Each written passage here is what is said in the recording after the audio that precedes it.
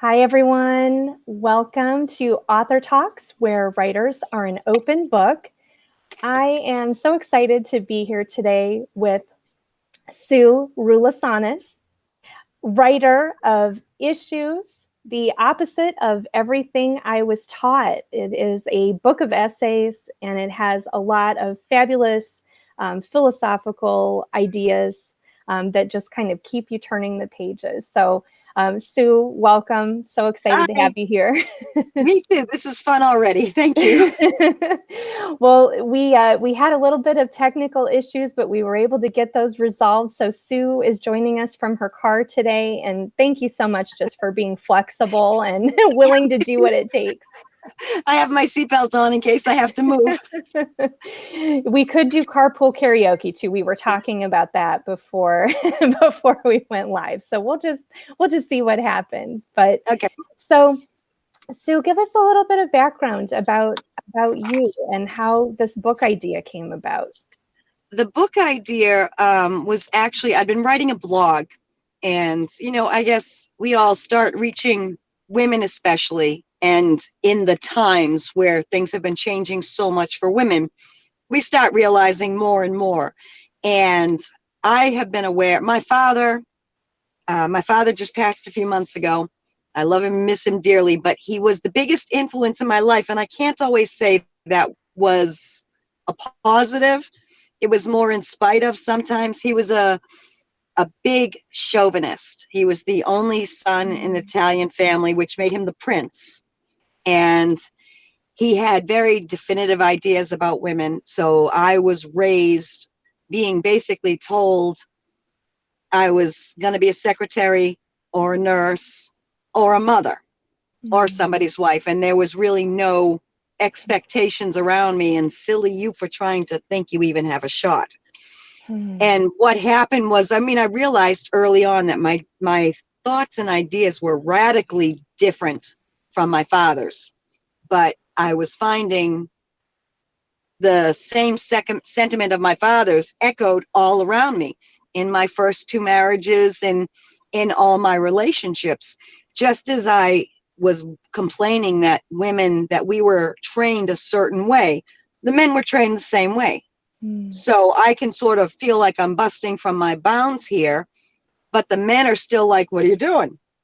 But it's not just about that. It goes further. In fact, one of the things I'll mention later was the confusion. There's an assumption because a woman wrote the book, it's a woman's book. This was not written for women.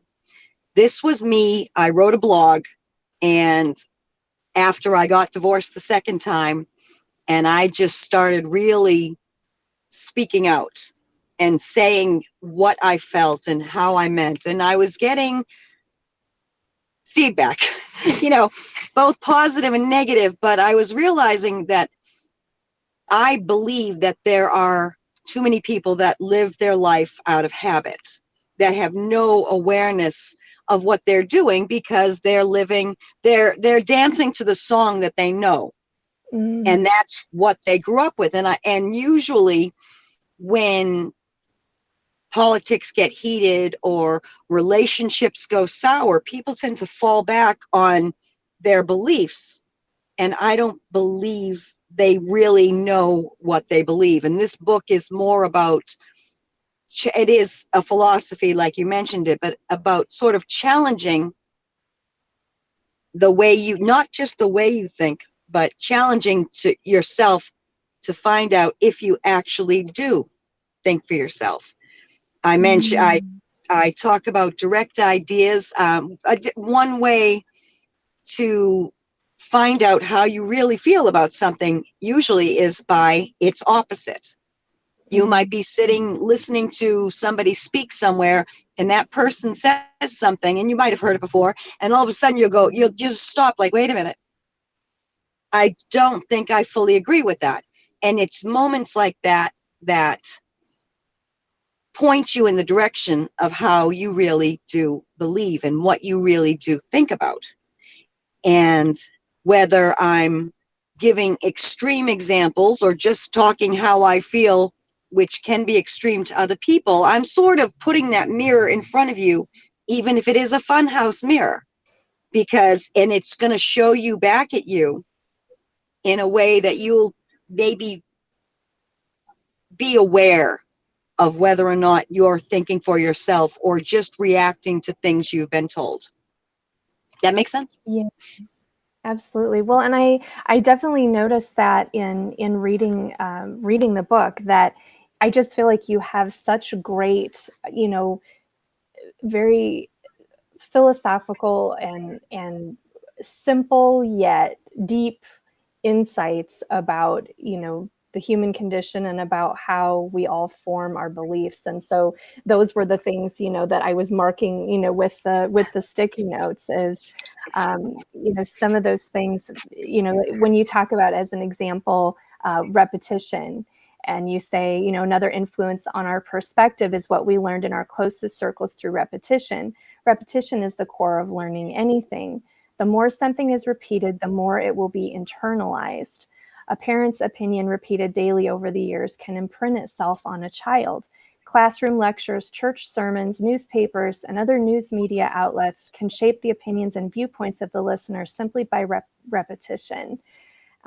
So that's just one, just one of many, of the things that you mentioned. But I love philosophy, and I nearly minored in philosophy in college. And so when I read this book, that was definitely my perspective on it, was like, wow, this is almost like a pre-philosophy 101, I think, kind of class that would set a good basis for contemporary, I think, philosophy and thought. Well, yeah, it was funny because one of the things I noticed in the comments or the reviews about my book were the different perspectives between different people, but between men and women, and that what you said, what you read from the book about repetition, is one of those things that it's sort of like we know something. We all know that, but we don't know it. We don't fully realize the scope of it. And that's where, I guess that's where I push for more that's where I guess my push is on that subject. When I think about current events and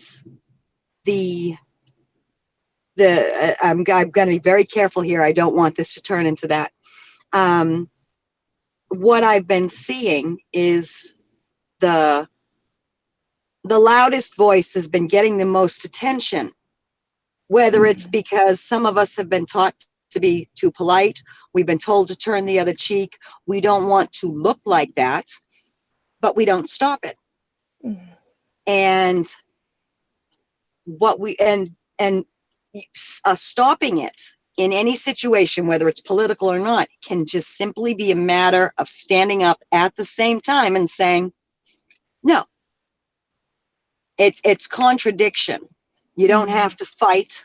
You don't, and because I'm a woman and because my perspective comes from a woman, there will be that woman bit in it, but it's not about it, because we all have issues where we can't stand up for ourselves, or we were told not to, or we have to worry about how it looks. If someone tried to hit on you in a bar and was really getting up close on you, you would very quietly, be nicely try to back away from him.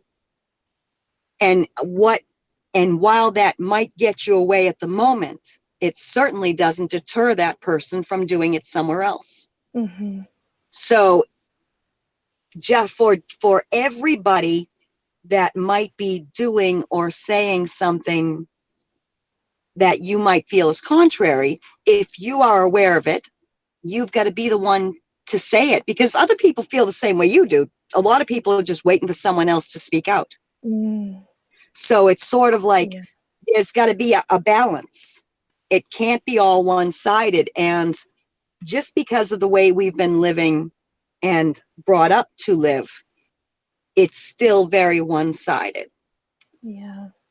So I think that's a perfect lead in to a really great quote from your book, where you talk about sort of the natural polarity and duality of life. So you say every coin has two sides, and it's the combination of both sides that make the coin.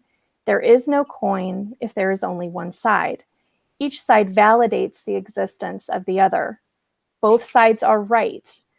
All truths are true because they are the basis for the actions of each individual. So how would you say that that excerpt reflects sort of the current environment? Because Well, I think you're definitely talking about that. But I think what you're bringing in with that quote is that there is space, that one side does need the other, and there is space for multiple perspectives and duality. So how do we reconcile that with beliefs that we don't agree with? we first of all have to know what we believe in. We have to understand that if it's sort of like in the beginning of the book, one of my first, I guess, the first thing I do is challenge you to check your own belief. This is what I believe. Well, why do you believe that?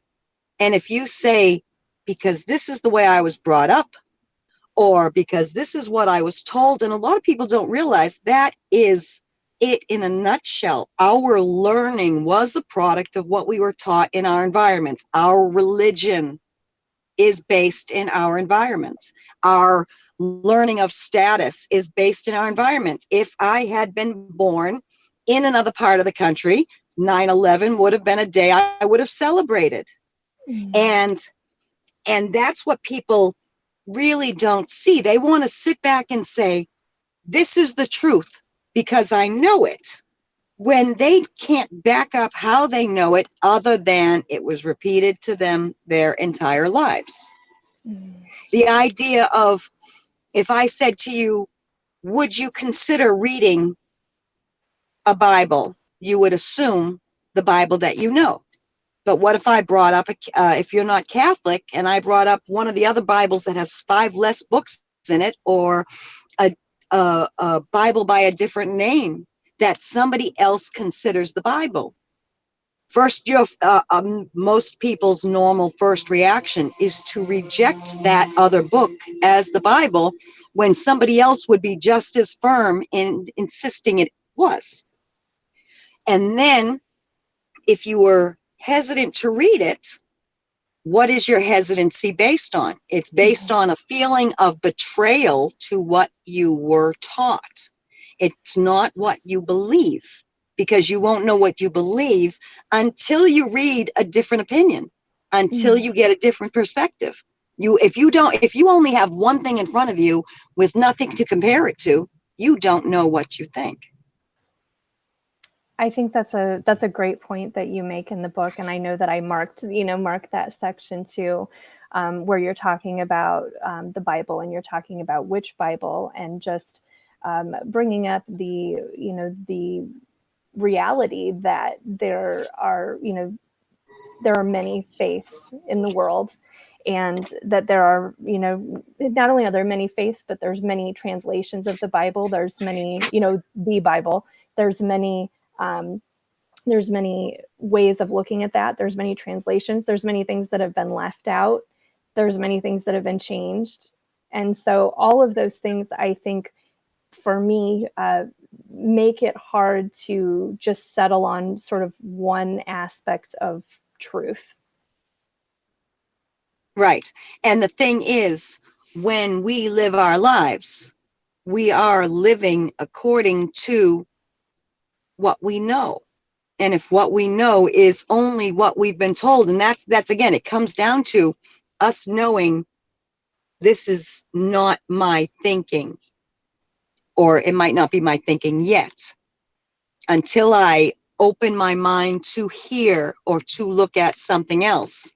I can't say I truly think for myself, because the thoughts that I have were given to me. Well, and you make that point about approaching things as a scientist, and you say, have you been taught that it's wrong to question anything? Do you believe that it is? Or have you been taught that questioning an idea is only allowed if it has nothing to do with the religious beliefs you were brought up to adhere to? Remember, all scientific facts begin with a question of some kind. Why? What if? The true scientist allows for every possibility. He or she knows that you will always find proof of what you are looking for, but that the best way to prove a theory is by attempting to disprove it. An open mind is the absolute necessity. Yes. So Yes. go ahead. No, you go ahead. No, I just was going to say, so is that sort of an approach that you would recommend to people, is almost approaching things as in kind of a scientific manner? Yes, to those that believe in science. I didn't say that. But it's a logic thing. I mean, your heart can be involved in anything, and you can believe something with passion. But wouldn't it be comforting to know that what you're passionate about is really you? I mean, if you think about, and again, we're going back to the women examples just because that's what I know. I'm 50, almost 54. I'm 53 and a half.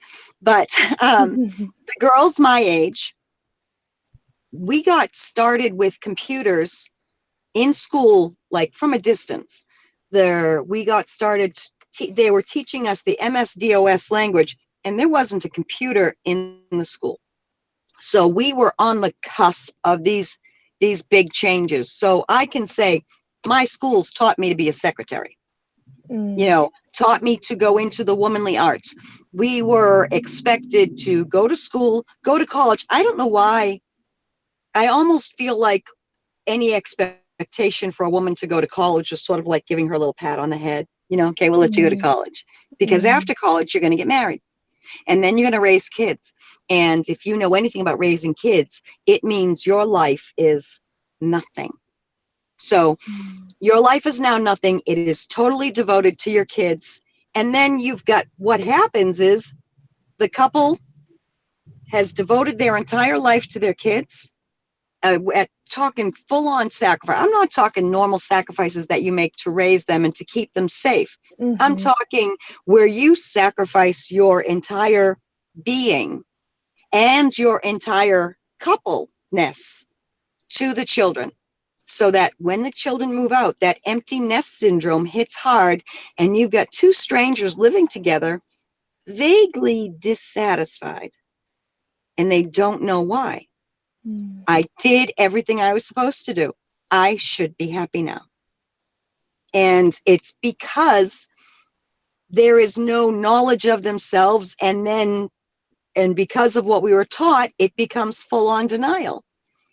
And this is all part of where I talk about the relatively hypocritical nature of the things that we teach our kids. You can be anything you want. We don't mean that. Some of us think our children should only be what we want them to be. Be different. Being different is special. And then all of a sudden, being different is wrong. Oh, not that different. And we contradict. Okay, how about that? You got to play nice with everybody, and then send them to work for Apple.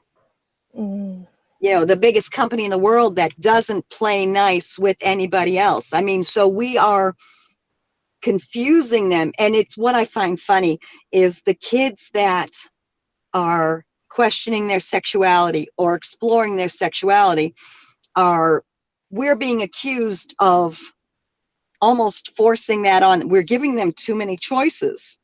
And even if that were the case, it is much better than telling them one thing and showing them another. So it's there. And one of the things, aside from repetition, there are many ways that we program. And I kind of hate that phrase because it's been overused. We imprint our belief systems on others. Now, if you think about nowadays, my girlfriend, not girlfriend, Right. came up to, just because of the subject I was talking about.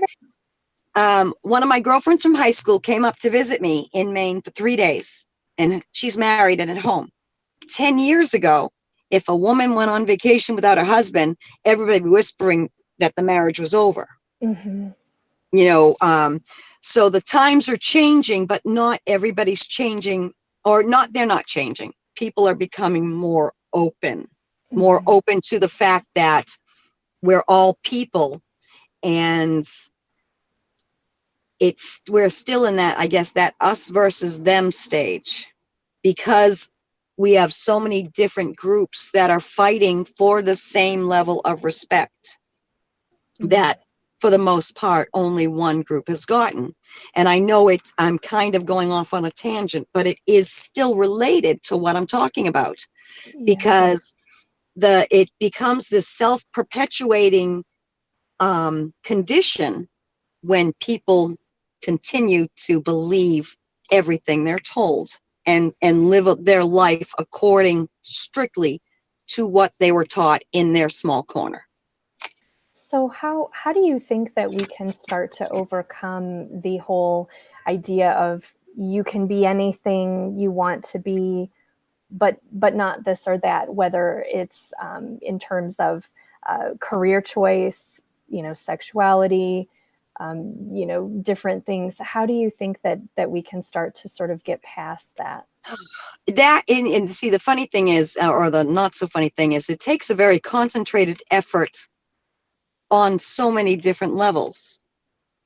We're, first of all, to be able to allow someone their sexuality means you have to get over the issues you have about sexuality. The whole, AA, live and let live. You have to let somebody be who they are. You have to understand what everybody knows. All these spices added into the sauce are what make the one sauce great. But we need all those spices, every different spice. But people there's the idea of keeping up with the Joneses, the idea of competition, the idea of how we measure somebody against someone else has to be let go. Because if Joe is successful, and if you try to imitate Joe, you're going to be doing everything he's doing. So you're not bringing any part of you to the table. And you're also teaching your children to compare themselves to others. We have to stop looking at our children as reflections of us. They came through us. My older daughter, she's 27. Her teenage years were fun. Okay. Is that fun in quotes, or is that fun, real fun? They were fun. All of my gray hairs came from her. And it was funny because there were two things I realized. I was very aware as a child, as someone her age, as a teenager, that I did not feel the same way about life that my father did. And I've stood by that. I've known this from day one. I am a different person than he is, which means I have to allow my own child to be the different person that she is. And then on another level, I have to take a step back and be fully aware that, barring her doing something that's going to get herself killed, everything she does only affects her. It doesn't affect me. Because if my child does something my child my child was jaywalking, that doesn't mean I didn't teach them to cross at the crosswalks. It's not a reflection on me when she does something bad, and nor is it a reflection on me when she does something good. Because how many people drag themselves up by the bootstraps? They came from nothing, and they made something of themselves because of who they were. So you can tell, if a quarter of the population was brought up without solid parental guidance and they managed to succeed, it's all on them. So just because my kids had a mother who may or may not have given solid guidance, what they do to succeed has nothing to do with me. And that's if you can do that with your kids, then you can learn to do that with other people, because obviously it's really hard to do it on a general level if you can't even do it here? So I guess. So when did you feel that you really started to delineate, I think, some of your beliefs from the ones that you were raised with? Was that happening all along, even as you were growing up? It was one moment. I was 8 years old, and I used to set my father was always working, and my mother didn't get up with us in the morning, so we had to get ourselves up in the morning. And I would set my alarm to wake me up with the radio. And back in the late 70s, early 80s, on Sundays, it was all talk radio. There was no music Sunday mornings. And I had set my alarm one night by accident on a Saturday night. I woke up to a talk show that said, you children become either exactly like or exactly opposite their parents. And I was in bed, frozen in fear. I was like, it scared me because I knew I loved my parents, but there was a lot about them. Their marriage wasn't good, you know. They were not okay. We're all a little dysfunctional. I have said that my family puts the fun in dysfunctional. The stories I tell you about things that I grew up with that messed me up were not violent. They were not malicious. They were just stupid. So I really, you know, I was aware that my father was a major in the Army, very regimented, and he raised us. We were called his troops. We had to, at 3, 4, and 5 years old, there were 3 girls and I was the oldest, be sitting at the table with our hands folded 5 minutes before the meal. We could not drink our drink with our meal until we were halfway finished with our meal so that we didn't fill up on it. And it was always milk. And if we wanted to have something else after the milk, we had to make it a glass of water first. I mean, we had these very specific rules, and my father enforced them by making us deathly afraid of him. He had that drill instructor bark. Punishment was manual labor and public humiliation. You know, so Wow. I knew early on that I disagreed with the way he was doing things, but I also disagreed with my mother for letting him be like that. You know, there's a measure of blame. He's mean, and you're letting it. You know, but then understanding it was just weird, because I guess the bottom line was, because I knew, I'd never questioned whether or not they loved me. I just always felt they were idiots. And I say it now, and I said it in the book. If at the end of the day, the best my kids can say about me is that I was an idiot, I'll be happy, because I don't look at it as a bad thing. I am working with what I know, just as they were. My mother grew up believing she had to be married. That was it. You know, there was no life after being married, so she didn't know what to do. And my father, they got married because she was pregnant with me, you know, so I'm sure this wasn't fully wanted, you know, and he's got to take care of his responsibility, and everything's about responsibility. That's all life was responsibility.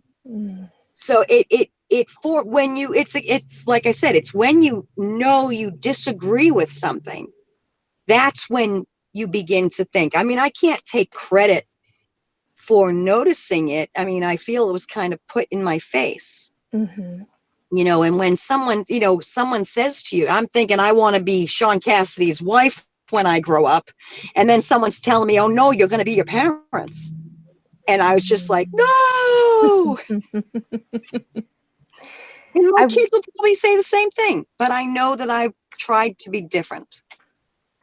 Well, and I remember that part of the book where you talk about almost like embracing idiocy. Can you talk a little bit more about that, or read that section of the book, because I think it's really or I can. Yeah. I can try to find it. I can't read and drive. Oh. the idea of, first of all, there's nothing wrong with being an idiot, because even the most successful person didn't know when they started. When we look at people who are doing well, or we look at people that we call authorities on anything, they weren't born like that. Mm-hmm. So, and an idiot to me is a person, an ignorant person. And if you're going to take that step further, ignorant can be deliberate, but it doesn't start out that way. You don't know until you know. So at some point, regarding any subject we've ever had to touch upon, we're all idiots. And this is where this whole idiot part of the book, and even my description of my parents as idiots, in the first chapter, I talk about how we say things. And one of the things that you read was the repetition that we hear.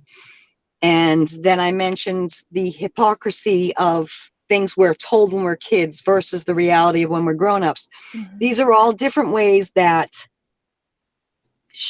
can shape. Oh, nope, that wasn't what I was going to say. Because I'm aware of these different ways that we can be influenced, I deliberately talk about idiots in a good way. Mm-hmm. I think the chat, we're all idiots. And I start the line off with, you are an idiot. We have to accept we're not going to be perfect at anything right away.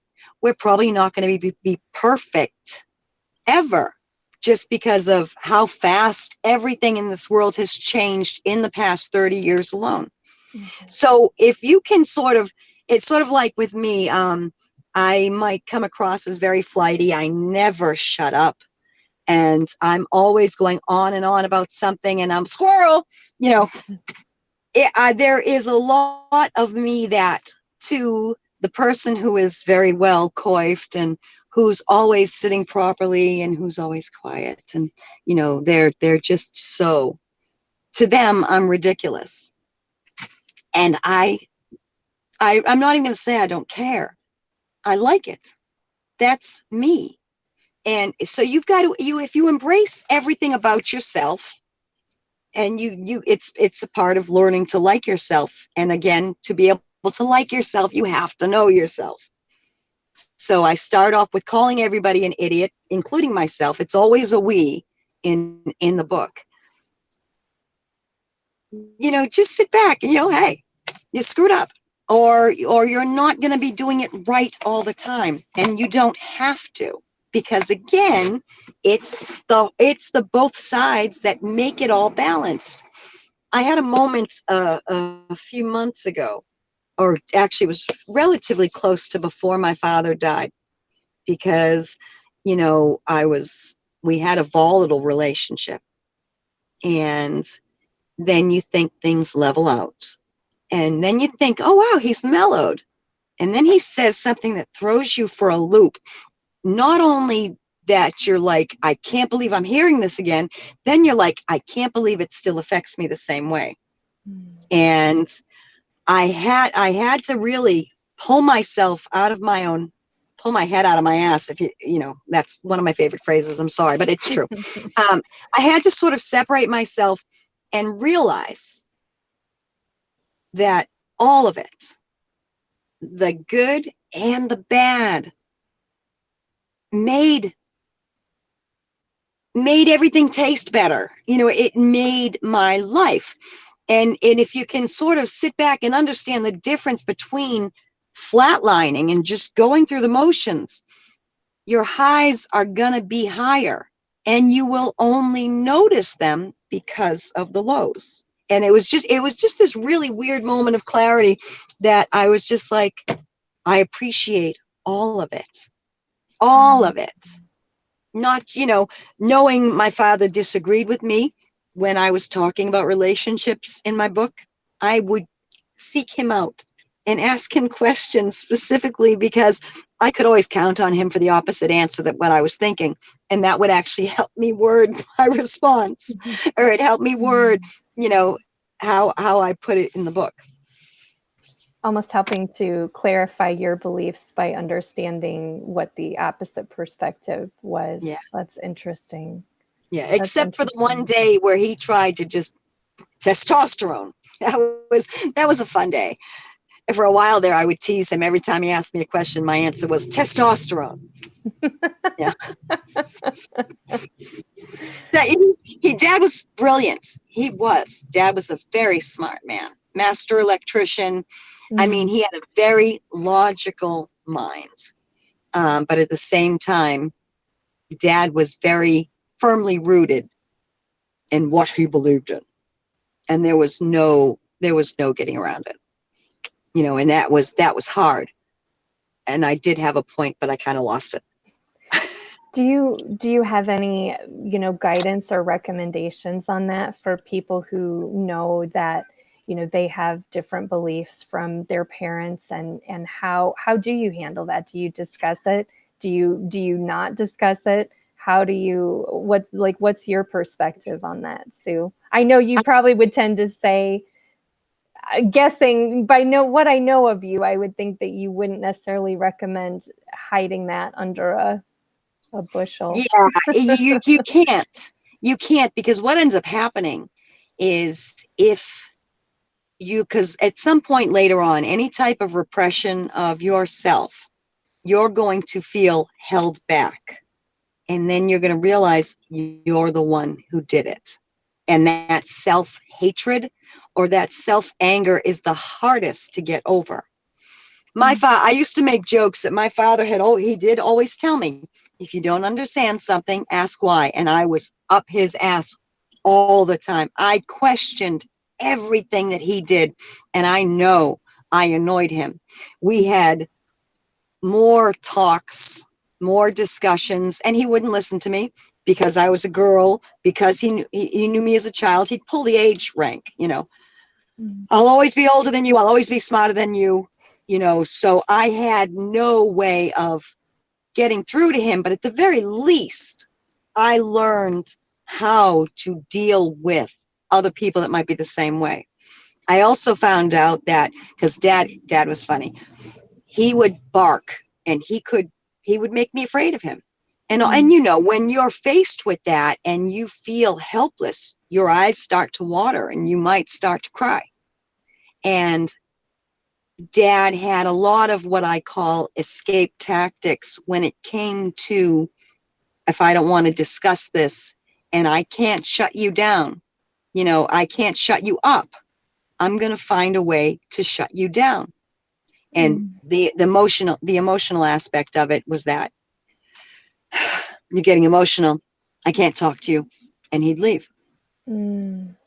And it was funny because I was able to turn the tables on him. It took me about 2 years of going after him and trying to not get emotional when I spoke to him. And I did sort of have my little victory moment when I did everything he told me to. I showed up at that argument with note cards to back up. Oh, you come to me prepared, or I'm not listening to you. Don't get emotional, or I'm not listening to. He basically tried to make talking to him so hard that we would lose before we even tried. And Mm. that was his way of not having to deal with the gray. Dad was very black and white, and I was so very obviously gray. So if he couldn't, shut me down, shut me up any other way, he would shut me down. And I showed up at this conversation and I said, and it was a lot of accusations. You are a do as I say, not as I do person. But I was able to back it up with examples. And after practice, and when I say this was a lot of practice, and it's almost shameful to say I went this far to get him, but it did help me turn the tables. I learned how to soften my voice and get a little quieter and to breathe before I answered. Mm. So, because one of the ways he would make me cry is he'd yell at me. And Mm. technically, isn't that getting emotional? Mhm. So all I had to do was make him see that he was getting emotional first. And I got quieter and quieter, but very pointed. I've learned to not hold the gloves back, and I would say things in sometimes the crudest and bluntest fashion I could, but I said it quietly, and finally he yelled, and it was one of those yelling moments where you're very aware. It just reverberated off the walls, and you're very aware that somebody yelled. Mm. And I picked up my cards and said, "I'm sorry, Dad. You're getting emotional. We'll talk about this later." Mm. And Wow. that I've had a couple of moments like that, but it was a lot. When I say it was a lot of work, it was a lot of work. There were other things I could have been doing at that age than trying to figure out a way to get to my father. But and at the same time, it's helped me become a better, I don't want to say debater or even arguer, but it has helped me when it comes to having a difference of opinion with other people, Well, you and know, it because Yeah, well, and it definitely sounds like those difficult experiences have helped make you who you are, right, right, as far as a strong woman with a strong perspective and, clear ideas, and someone who isn't, as afraid to share that, who isn't afraid to share that and is willing, to be open about those things. But I think too that when you say about the emotional, I feel like that is, definitely a kind of an insult that's often, tossed at women, especially, always, always is the whole, I hysterical, can't talk to emotional. you, you're emotional. And again, it's Yes, like we're all emotional. And I right. really resent those implications. And I always try to catch if like my kids start, saying things like that to each other too, of like, right. And it's okay to cry, and it's okay to have emotions, and it's okay to feel passionately about something. So I think that's really important. But what's funny is at one point he tried to take credit for me being a strong woman. And I said, the because of and in spite of, there is a big difference Mm, between, because it could have gone the other way. Dad, he was a major, but his favorite rank was captain. He loved being a drill instructor. And I would mm, I would ask him 18 different ways, you know, about the idea of breaking someone down to build them up, because mm, that was in effect what he tried to do to us. And I would mm, be, Dad, you can't break down what's not there. That backbone you want me to I have to learn from you. Because I was constantly saying, Dad, you don't encourage. I need a little encouragement. But I couldn't get it because the things I wanted him to encourage were things that he didn't believe in, mm, including writing.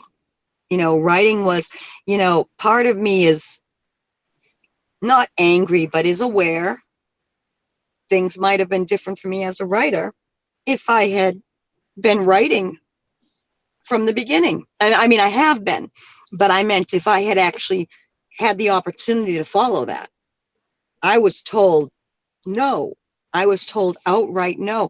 And what another mm. funny thing was That when you I couldn't hold couldn't, on, that you couldn't be a writer, or that wasn't a thing that you should pursue? no, it Just was when I say self-indulgent, or what's it the was, it was stupid. It was mm, stupid. It would never support me. It was a bad idea, you know, and who are you to think you might be talented enough to do that? It was mm, the attack came from all different angles. I would bring, and of course, again, this also has to do with what Dad believed about women. I brought home a writing award in first grade, and this is not, there's no anger now, okay? yeah. And it's not just because he died. We actually did have that moment where a lot of things did get somewhat resolved before he died. I'm telling you what happened. So there's no, I'm not like bitching about my father. I mean, I'm telling you something that happened because it did, and it relates to the story. I brought home an award for writing in first grade, and he said, "That's good, Susie, but show me the award in a subject that means something." math or science. The only way he felt a girl could break through the parameters that life imposed on us was to become a rocket scientist. Mm-hmm. And if I wasn't going to be a rocket scientist, I certainly wasn't going to be a writer, because then I had absolutely no shot, at being anything. And I rebelled against everything female. As far as most people know, I can't cook, and I like it that way. That way, no one expects me to cook. Everything that I was told I had to be, I'm not. So it's funny, because I am my father, very much so. I mean, I present myself in the way that he does, because he was very witty, very funny. Of course, that's saying I'm very witty and funny too, but I mean, You are. but from a completely different perspective. I've been accused of being masculine, because girls aren't supposed to think the way I think. Girls aren't supposed to be as outspoken. A girl can disagree until she's corrected. And I'm the one who's like, no. So it's funny. But the thing is, the whole point of my book, like, it's unfortunate that it came from my perspective, and I get a little miffed about that, because it does get looked at as a girl's book. But these guys, the men were raised the same way. So when I got a very nice review the other day from a male friend who actually said, first of all, that he liked it. And like I said, the men who are steeped in tradition have a hard time swallowing most of what I say. He wants his 15-year-old daughter to read the book. And I'm surprised, because my first thought was the chapter on masturbation. He does. And then there was another guy who read my book who said, I don't want my sons to read this. And I mean, I play with that one. That one I have a lot of fun with. But reactions like that go back to what we talked about in the beginning, how you know your truth. You don't want someone to hear a different idea. Why? Because you're afraid. I mean, what are you afraid of? And it's well, I can't break the rules of going against what I was told. So it does all get tied together. And unfortunately, no, go ahead. I was just saying, and in this respect, for me to try to put out a philosophy book or philosophical book of any kind, as a woman, it's hard for me to even get men to want to read it, because, considering what I say, and maybe even taking a step further and considering that she might have a point. That's two different things right there, and both of them are hard to swallow. So, but what I'm talking about, the idea of us not thinking for this is not exclusive to women. We are not the only ones who learn by rote. We are not the only ones who fall into the trap of buzzwords and words without realizing they're just words. So it's about people in general. But because of the way I was brought up, because of the fact that women have been and still are marginalized, I have to sort of really try to break through a little further. And sometimes I have to go to the extreme, or I have to be ridiculous, and I have to just stand up and say, no, this isn't just about me. This isn't just about my father. But my father was the one who influenced the most how I present myself. That's certainly understandable. Sounds like a huge influence for sure. And Yes. I guess my question is, who would you say that when you were writing the book, who was your ideal reader? Who was the person or the people that you were really trying to reach and are trying to reach with it? It's really funny. It's that question, who's your audience? And to say anybody, it's not like I'm looking to to enter to read a story. It's not like I'm writing a story. This is about thinking for yourself. And how do you, and if I were to say, well, this person doesn't think for themselves, there are, it's more, it's more anybody in the respect that it's always good to hear a different side, a different perspective. I am a different perspective, and and I would like to say women, because and younger women, actually, because women my age are already starting to figure this out on their own, but we've already gone through so much bullshit to get here. I would like to say teenage girls who can start to see the bigger world around them outside of the limits they're brought up in, that they are still brought up in. I would like to, okay, teenage girls and boys, honestly, because they're the ones that are going to make the changes. It's not going to be us. All we can do is nudge. And I don't expect, it's not even like I'm trying to sell you on an idea. You can continue to believe that you will go blind if you masturbate. And I don't care, but I know that if you read it and understood what I wrote, I made you question yourself. That's all I really want to achieve, because that is the beginning of change. It's just that crack. Well, and I had a philosophy professor at one point in college, and a great guy, and he I wanted, to be a writer, and I was majoring in English, and he knew that. But his big argument for philosophy was saying that, it teaches you how to think. It teaches you how to reason and use logic. And so I see those parallels in your book as well, that Yeah. again, I don't see it. So it's really not a book about any one philosophy. If anything, you're talking about a multitude of philosophies and a multitude of faiths and a multitude of perspectives, and that we're all richer for all of those things. Even early on in the book, when you talk about perspective and you talk about even people, standing in a circle, looking at a single point in the middle, we're all going to have a slightly different perspective on what that point looks like and what it is. And so, and none of us will be wrong. right. That's the thing. None of us will be wrong for seeing something different.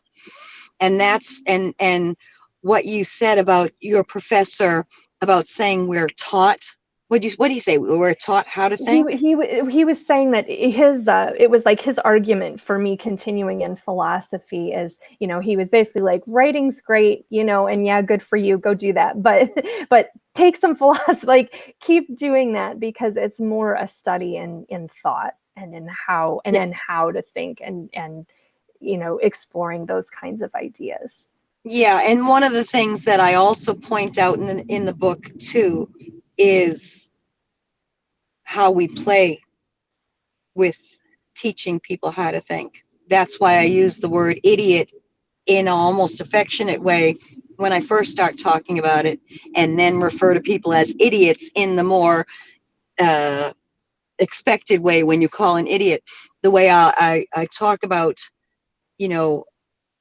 when the manipulative, if you love me, you would, the way we use, we know there are empty words. Oh, he said he loved me. That means so much. But then there's the other same situation where someone says he loves you and you're just like, you're full of shit. That they're empty words. I try to make sure that part of when you're paying attention to how you think and what you think, that you're paying attention to the delivery method that's coming to you, and how, because we can split words can have different meanings. Words can be just as hypocritical as the ideas behind them, I guess. Mm-hmm. Did I go off there? I'm sorry. I was actually having a lot of trouble explaining what I meant right there. Well, what are some of the issues that you discuss in the book? Like, what are the things that might pull Okay. readers in? That might pull them in. I want to be, you be aware that, first of all, what you're told isn't isn't always right, even whether, because I mean, everybody knows you can have someone tell you something who's just trying to be mean, or who's trying to work some other angle, or you could have someone else tell you the same thing that the mean person did, but their reason behind it is because they care about you and they think this is what's going to be best for you. Mm, Only you know what's going to be best. And that people who are in those positions of authority teaching us are talking a certain way. They're using specific words. It's sort of like the F bomb, the swear that I use probably the most in the world. There are some people that might not listen to me because she swears, and mhm, they're going to discredit everything I say simply because I swear. So if I'm aware of this, I can change the way I speak. I can change the way I speak to please you and still say the same thing. And by that same token, you got, like I said at the beginning of the book, I started the book off with two repeated lines that I can make you think of three different ways immediately without you even fully being conscious of it. I got your attention because the words are considered either taboo or crude. And then when I tell you why I did it the way I did it, you've begun to see that I'm leading you a certain way. And then when I tell you, I compare it to a song, whether or not you know the song, I've changed what you thought about that first sentence already. So I'm trying to let you know that before you take anybody's words at face value, including mine, be aware that some of us really know how to play with them. mm, And that's the thing.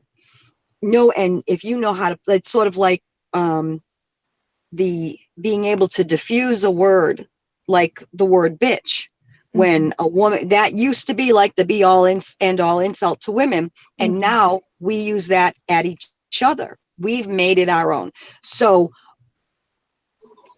20 years ago, 30 years ago, that word was very powerful. And now it's as common as the word the. So what Well, is it? well, and I think Where of like the magazine, the online site and the magazine bitch that has that, and that was kind of their whole thing is, they wanted to own that. They wanted to own that terminology and make it not, you know, not a thing that's hurtful to women, but other something to embrace and other groups have done the same thing as well. right. And it's sort of like you understand that words have power, but they don't. It's still both sides. They don't have power. The only meaning if someone says they love you, or if someone says thank you, you're going to take it according to how they said it or why they said it. So it's not the words that are important. And if you, and again, that right there will tell you so much. If you find yourself answering life questions with the words you were taught and you don't even know what they mean, or you're not even fully aware of the full scope of, like, just the whole issue with in the marriage vows, obey. Hmm. It's just a word, we've been saying it. No, we're Yeah. learning it through repetition. And this is where the whole idea of what's traditional is. Just because we did it doesn't make it a good thing. It's you got to challenge the status quo, but you've got to look at all aspects of it.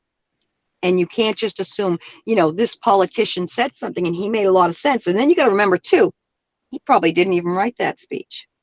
Hmm.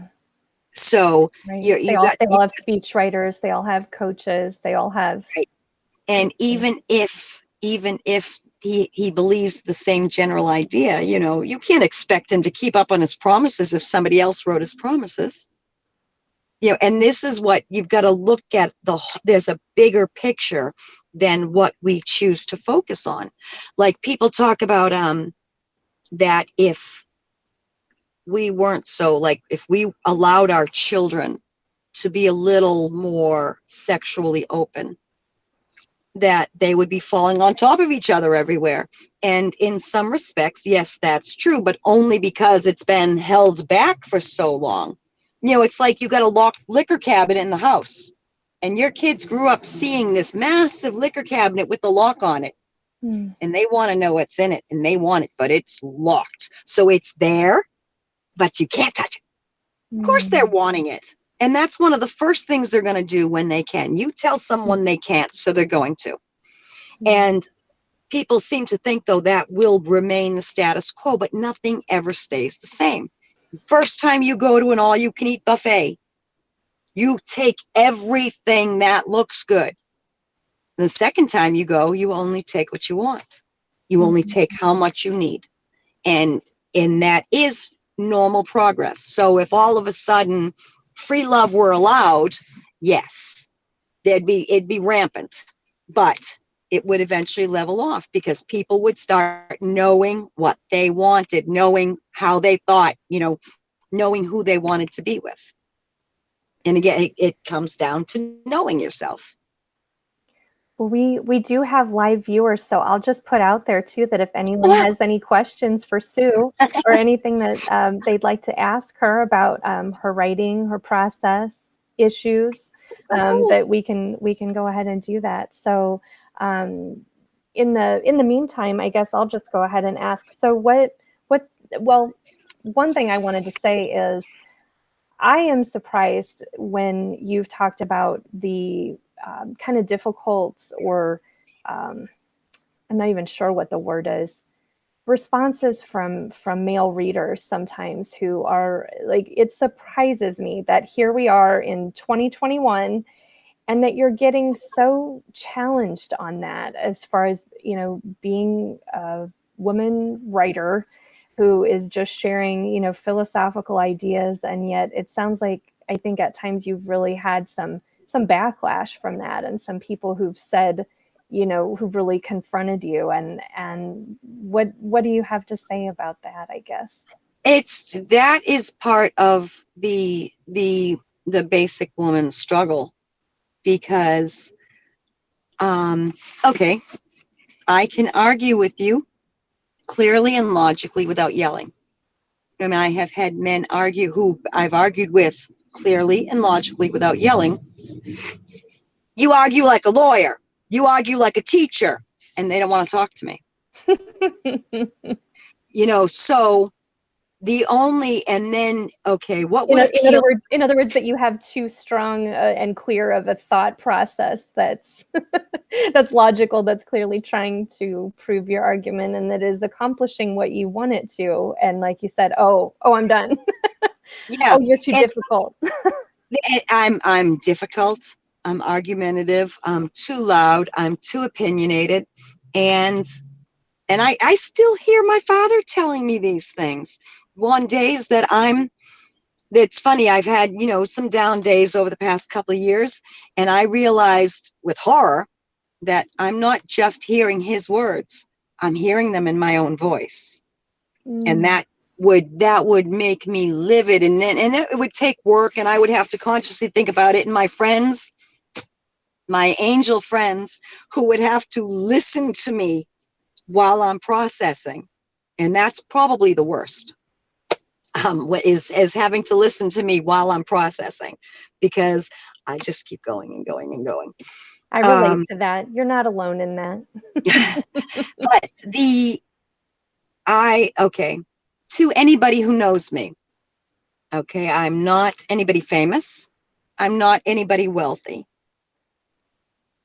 And I'm a woman who, even without thinking that, deliberately do not realize they are capitalizing they're putting a cap on my potential. So the only way they might deign to listen to me was if I were loaded, if I were famous, then they need a reason to listen to me. And that's one problem that women have. I mean, if you think about every authority you have heard on television, with the exception of Baba Wawa, it was always a male voice. So when you hear a woman, if you heard a woman getting just as excited, the Cubs win, the Cubs win, you would think she's being hysterical. And yet you're used to the man being just as emotional, and it's accepted. But even hearing the change in the voice, because of the way things have been, you have this unconscious bias and limit that you put on it. There was there's a book series called Conversations with God. I'm not going to get into that, but the audio version, for the audiobook version, they alternate the voice of God between a man and a woman, even in the middle of a sentence, just so nobody focuses on one voice being the authority. And I thought that was a very clever tactic. I mean, and I'm not saying tactic in a bad way, because this goes back to the tactics that I used to finally be heard by my father. Sometimes it's necessary to plan how to do something. And again, going back to what I said, those of us who know how to use words know how to use words. We know what words are going to mess with your head. We know how to imbue a word with power, and we also know how to take it away. But at the same time, we're no better than anybody else. You have that same power within you. You just have to know what you think. So, do you have any suggestions for writers who are still kind of trying to figure out their perspective, or trying to get the courage to share their voices and get their ideas out there? it's not easy. That part is not easy. It was right after my second divorce that I was done doing what I had to do. That was the attitude I got. And unfortunately, for most anybody who's been pushed down or held it back in any way, you got to reach that point. And then you look back and say, oh, all the time I wasted. And you don't want that either, because that tricks you up even more. Because now you're like, I'm too old. And again, those are other societal voices on you, limiting what you can or can't do. So always keep writing. Let it in places you feel safe, meaning people you feel safe with. Let them know. Let them follow along with your life as a writer. So you will always have a tribe of, even if they don't think like you do, they accept you as you are.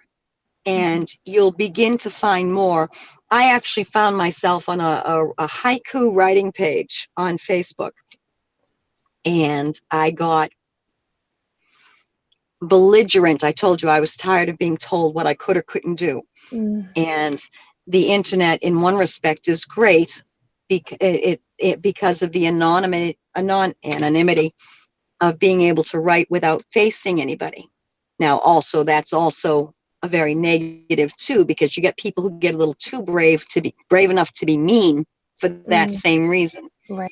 But with the internet, if you write a blog and publish it, you never know who's going to see it.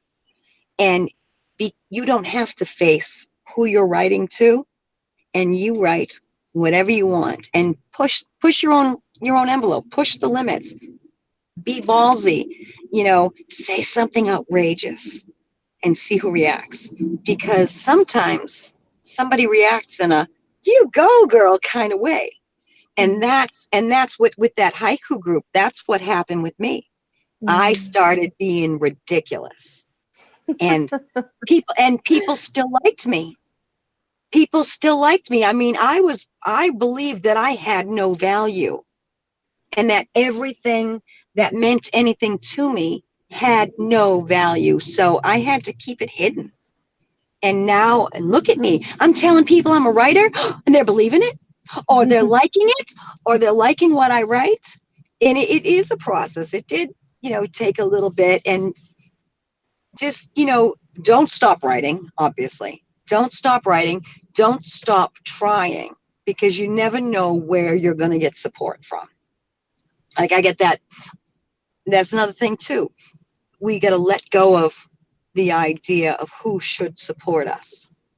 It's a very common theme in a story of the little girl at the recital or the boy at the game looking out in the stands, and there's that one empty seat.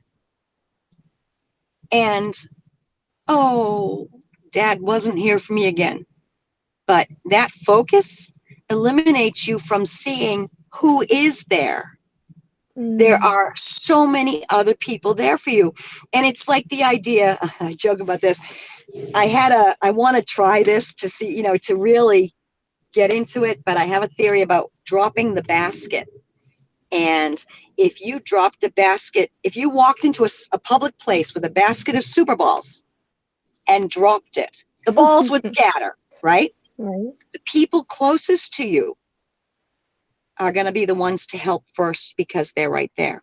And that is a direct parallel to the people closest to you in your life. But not all of them, only some of them. But you're not worried at the time. You're not going to focus on the people who aren't helping. You're going to focus on the people who are. Then you're going to have the people a little further back who will wait till the balls come to them, and they'll pick them up, and some people will just let it roll by and laugh. And then you might have one guy from the back who you didn't even know was in the room comes running up to help. And what happens is you get all the balls back in the basket. And it didn't matter who supported you. It got done. So if you expect dad to be the one to support you and dad's not there, you're going to waste a lot of time waiting for his support, and you're going to be seriously neglecting the people that are there for you, the ones who can help you. And if you stop because if you did that experiment, and my best friend's a nurse, and she said, please don't do that. I think that would be awesome. But if you were to be an observer, if you were the one observing this, you might look through the crowd ahead of time, and you might pick, oh, that person is going to help, because you see body language. That person would help, that person wouldn't, and you might be surprised. And that's the way it is with getting things done in life, which is what also ties back to, it's the village that raises the idiot, and it's not one person's responsibility, which means it's not one person's credit or detriment if you don't do something right. Again, and I'm constantly talking in circles like this to say it's all the same thing. It all ties in together, and there is a bigger picture than just one aspect of it. It's okay to be disappointed that your father didn't show up, but your mother did, and your mother might have had a harder day, and she might have had your grandmother might have, other people are there, whether you notice them or not, and you're doing them a disservice by not noticing or by expecting too much of certain people. That's such a great metaphor with the Super Balls in the supermarket. I love that. That's really great. And I think it's a great metaphor too for also, being willing to share your message and put it out there, because you don't know who's going to pick it up. You don't know who's going to be interested. You don't know who's going to be touched by that. And so I think as a writer, that can help you to get over your own fears about, being public and, letting those super balls, those super ideas go everywhere. And what we are people don't write to be famous. I mean, yes, wouldn't that be nice? But that's not what starts us writing. What starts us writing is not even to be heard. What starts us writing is to write, to get it out. So whether or not anyone's listening, I'm still writing. And then if it does help one person, one surprise individual. Or like when I got that surprise review from the guy who said he wanted his daughter to read it, I was just like, wow, that was amazing. You know, because unfortunately, I will need, as a woman writer, I will need the validation of men. And that's a little sticking in my craw too. Otherwise, I'm just a woman writer and I'm writing women's issues. What I'm writing about is not just about women. You know, because the way I was brought up is the way you were brought up. You know, so we both have the same expectations, just, you know, just a different view of them. So I know you have other projects in the works. What do you have coming up? Okay, I have a follow-up to this book that is going to be a little less nice, I suppose. It's going to be a little more direct, and it's called Pissing on the Third Rail. It's going to be more challenging, more like in this book, I was very careful to include me in the you. Now I'm not. Now I'm going to say, this is me. Who are you? That, I guess that's more of it. Can you tell us what that metaphor means really quickly for anyone who's like me that maybe didn't know that at first? Did I even say what it was? You said the title, but can you just tell us real quick what that means? Pissing on the third rail is a term that has to do with trains. The trains, the track has what you think is two tracks, but it's really not. There's a third one, and the third one is electric. And I don't know if it's actually happened, but the idea of the boys standing over the edge of the thing and taking a pee on the third rail would conduct the electricity back to them through the liquid, which means they would shock themselves. The way it's used now, or the way it's been used my growing up, it's not that. My father would always say to me, Susie, you're pissing on the third rail, was more along the lines of, you're getting on my last nerve, you're going too far. That's what it was. So pissing on the third rail is sort of I guess a warning that I might go too far. But that's only to you. You know, I'm just, you know, I'm trying to be nice to you by letting you know that it might be that. Okay. Thank you. I just wanted to clarify that for anybody who might be wondering. And so then you said your other project is? I have a children's book, actually. I wrote it, and it's funny. I wrote it when my oldest, my 27-year-old, wasn't even a year old. And because I did everything with writing so late in my life, I have all these projects that were put aside, and I thought someone said they'll publish your book and they'll give you an illustrator. I didn't know you had to get the illustrator. So he kind of fell into my lap. His name is Alexander Davenport. He happened to be in one of the writing groups that I follow, and he posted one of his drawings. And he actually leans towards dragons and mythical beings, which is not my genre in any way. But I saw something. My book has to do with what I refer to as magic. And I saw something in his drawing that I thought was magic. So I contacted him, and it was funny because I said, I don't know how this works. And I didn't want to raise his hopes, because obviously if he's putting an advertisement out there, he's looking for work. And here I am reaching out immediately, but not with money. You know, I had to find out the details, you know, and I said, I probably won't be able to do anything for a few months. And then I was able to pull together the money, and he was already working on something else. He's like, well, just send me the manuscript anyway. And he read it 2 weeks later, and he actually said, I wish I read this when you sent it. He thought it was really sweet. I'm getting, you know, so we are now literally, he just finished all the drawings for it. And now it's just a matter of, we have to tweak the cover page, because you can't read the title from a distance, and you have to worry about thumbnails now on the internet. Right. So the book is done. I'm hoping that will be out next month. Oh, awesome. What's the title of that? My mommy's hands, my child's hands. Nice. It's a two perspective book. In Oh, very fact, nice. it's a flip book. One side is you're reading from the perspective of a child in the words and the pictures, My Mommy's Hands Are Magic. And on the other side, you're reading My Child's Hands Are Magic from the mother's perspective. Oh, very cool. So yeah, and Very he did a cool. really it's funny because I mean I was pleased with what he said about the manuscript, about what I wrote. And now I see his drawings and it looks like a book. It looks like a book. And Mm. but I'm feeling like a bit of a fraud because I'm like blown away by his pictures. And I'm thinking, you know, can I really say this is my book?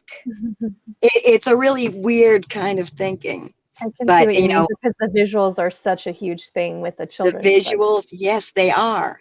Yes, they are. And I'm almost like, big fat liar, idea by, you know. Oh. So, Well, but how can people keep up with you, Sue? How can they stay in touch with you? I have on the right now. In fact, I do have a website, Roulusonis.com, and I know people can't spell my name, so it's almost like, well, go to Amazon and find my book Here, there. let me hold this up for a second. Here's how you spell Roulusonis. Yeah, I know. Roulusonis. Okay. Well, I'll just When help you a you're little trying with to that. be known, that's a tough one. And my first name is so common.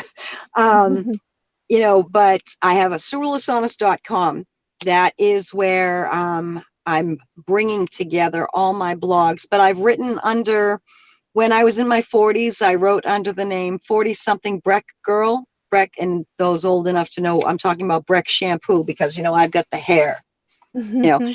Um, and then my other writing name is Tiara Misu, like tiara, like a crown, and Misu. We get the whole play on the Italian thing. And because in fact, shoot, I brought my tiara with me. I meant to wear it I today. wondered if you were going to wear that today. I brought it to Maine. I brought it on vacation. Oh my God. There's a whole internet issues just really threw me off. But yeah, I do have the website. One nice thing about Amazon is that for the authors, they have author pages. So you can actually click on my name and it will show you my other work and including blogs. You can connect your blogs to your Amazon account, but I hate backdooring it like that, but I'm aware my last name is a little bit tough. Sure. But if you can master the last name, if you can copy it from somewhere, you can find my website. All right. Well, Sue, thank you so much for being here. I'm going to put your book Issues up one more time. So go get Issues. It's actually only $3.49 right now on Kindle. So that would be really great for people to catch that Actually, too. if you have Kindle Unlimited, they do offer it free many times too. That's true. That's true. Kindle Unlimited is free. And if you're going to buy the Kindle version, it's $3.49. And otherwise, it's available in paperback. I think it's $15.99. Is that right? $15.95, yeah. Yeah, $15.95. And I'm just so glad that you were able to do this today. I'm thankful that the internet connection held and the sound held. And thank you for being willing to do this in your car, to talk with us today. So just so glad to have you here. I hate when people want me to talk. This was such a chore.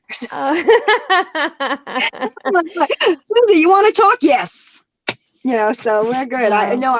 I was looking forward to this and I really enjoyed it. Thank you. Well, great. Well, thanks so much, everyone. And stay tuned for another episode of Author Thanks, Talks. everybody. Thanks so much. Have a great day. Nice talking to you.